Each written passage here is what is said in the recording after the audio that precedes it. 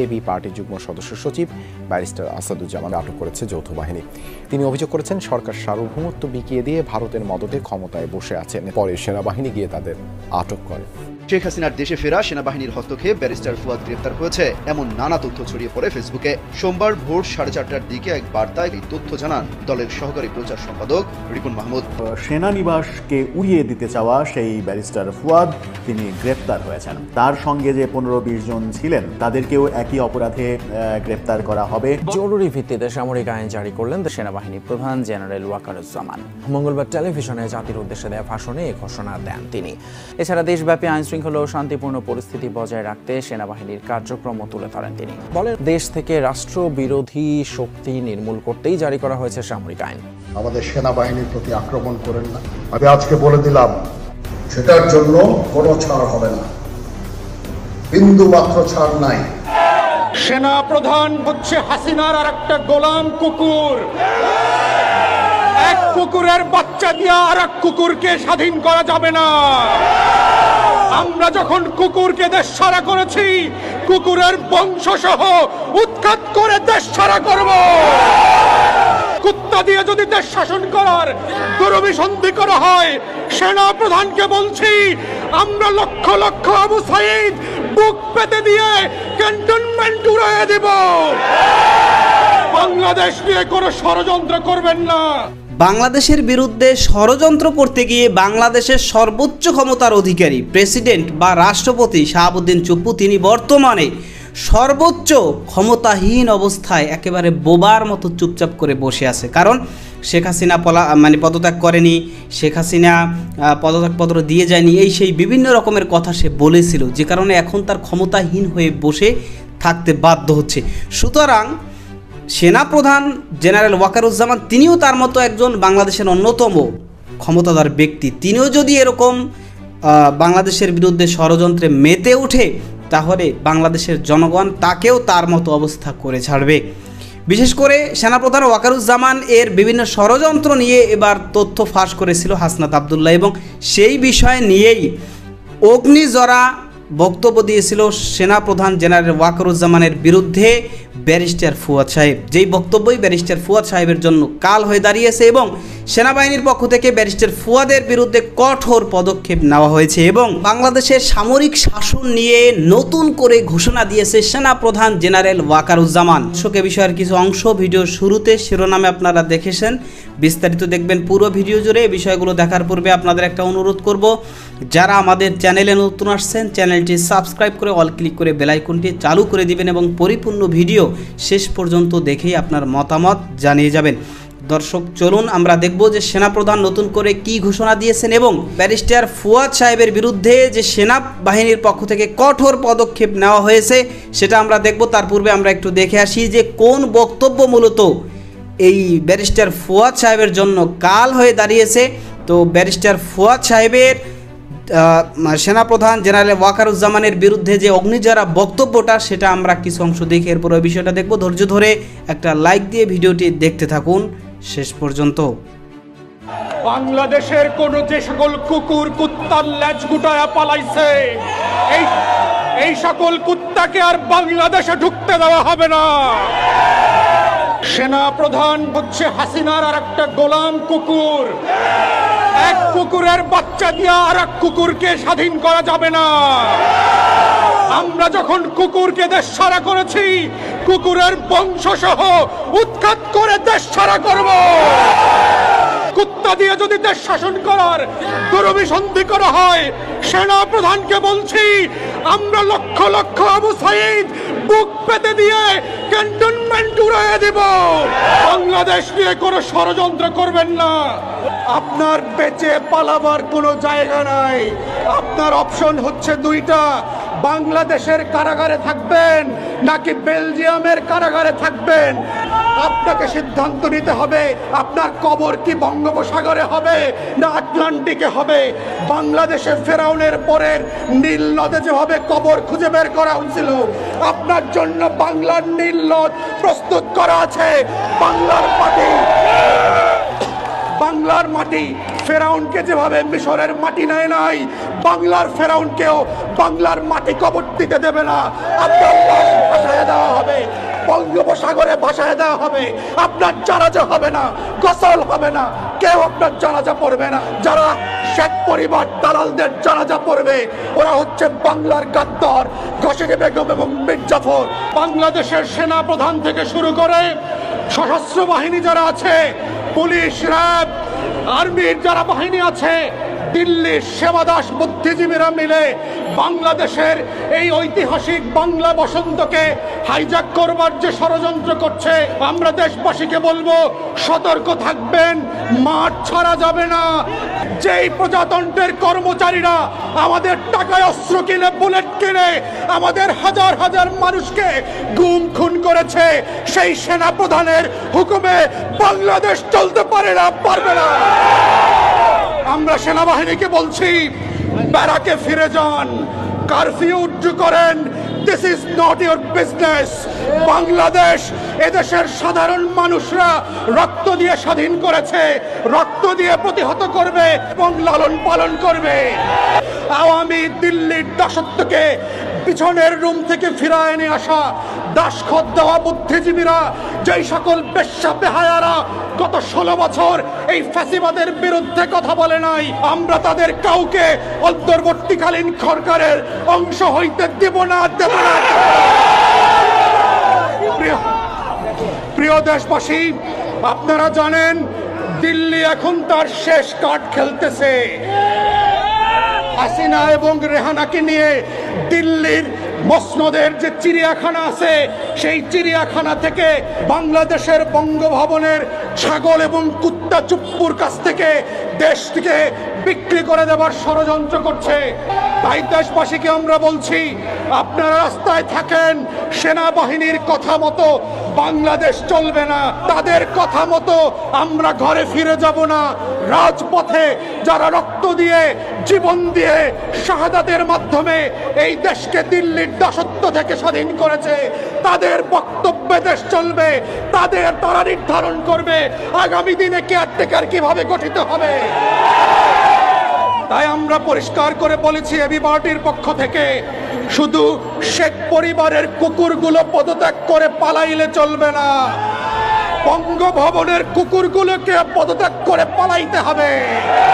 আমরা নতুন প্রধান বিচারপতি বানাবো, যেই বিচার বিভাগ আমার আপনার পক্ষে কথা বলবে, মজলুমকে আটক করবে না, রিমান্ডের নামে হারুনের ভাতের হোটেলে নিয়ে হাত পায়ের নখ তুলে দেবে না। বাংলাদেশকে নতুন করে আবার পুনর্গঠন করতে হবে। এই বাংলাদেশ হবে আমার আপনার বাংলাদেশ, এই বাংলাদেশ হবে কৃষক মজুরের বাংলাদেশ, রিক্সাওয়ালা সিএনজি ড্রাইভারের বাংলাদেশ, যারা কাজের বুয়া থেকে শুরু করে চা বিক্রেতা আছেন, এই আগামীর বাংলাদেশ হবে তাদের বাংলাদেশ। আওয়ামী লুটেরাদের বাংলাদেশ থাকবে না। আমরা পরিষ্কার করে বলতে চাই, গোয়েন্দা সংস্থা থেকে শুরু করে যারা এখন পর্যন্ত গুলি বন্ধ করছেন না, র্যাব থেকে শুরু করে ছাত্রলীগের গুন্ডা কুকুরের বাচ্চারা যারা এখনো গুলি করছেন, পাড়ায় মহল্লায় প্রতিহত করেন, আওয়ামী লীগের কোনো মূর্তি থাকবে না বাংলাদেশে। এই আওয়ামী ফ্যাসিবাদের মধ্য দিয়ে যেই মূর্তি কায়েম হয়েছে, শেখ পরিবারের প্রত্যেকটা মূর্তি ভেঙে ফেলতে হবে। আপনারা চোখ কান খোলা রাখেন, গণভবন, বঙ্গভবন আর সেনাবাহিনীর ক্যান্টনমেন্ট থেকে বাংলাদেশের জনগণের শাসন করার কোনো গাইডলাইন তৈরি হবে না। বাংলাদেশের শাসন ব্যবস্থার গাইডলাইন তৈরি করবে ছাত্র সমাজ। শহীদ মিনার, শাহবাগ থেকে লক্ষ লক্ষ জনতারা ঠিক করবে আগামীর বাংলাদেশ কিভাবে চলবে, কারা অন্তর্বর্তীকালীন সরকারের প্রধান হবে, কারা সদস্য হবে, কারা প্রধান বিচারপতি হবে, কারা পুলিশ, র্যাব, বিজিবির সদস্য হবে। তাই আমরা অনুরোধ করছি দেশবাসীকে, চোখ কান খোলা রাখবেন, রাজপথ ছাড়া যাবে না। সেনা প্রধানের বক্তব্য আমরা মানি না।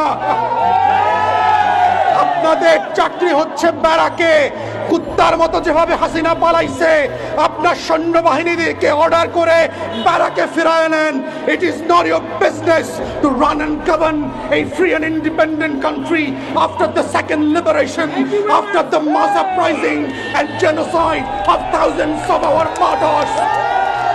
আমরা এই গণহত্যার বিচার করব এবং এই গণহত্যা শুধু না, গত 16 বছরে বাংলাদেশের ব্যাংকগুলোকে শেয়ার মার্কেট থেকে লুট করে বাংলাদেশকে যারা পদে পদে ফকির বানিয়েছে, আমার আপনার ডলার পাচার করেছে, বাংলাদেশকে গরিব করে দিয়েছে, তাদের প্রত্যেককে আমরা বিচারের মুখোমুখি করব। আপনার বেঁচে পালাবার কোনো জায়গা নাই। আপনার জন্য বাংলার নীল নদ প্রস্তুত করা আছে। বাংলার মাটি ফেরাউনকে যেভাবে মিশরের মাটি নেয় নাই, বাংলার ফেরাউনকেও বাংলার মাটি কবর দিতে দেবে না, ভাসায় দেওয়া হবে।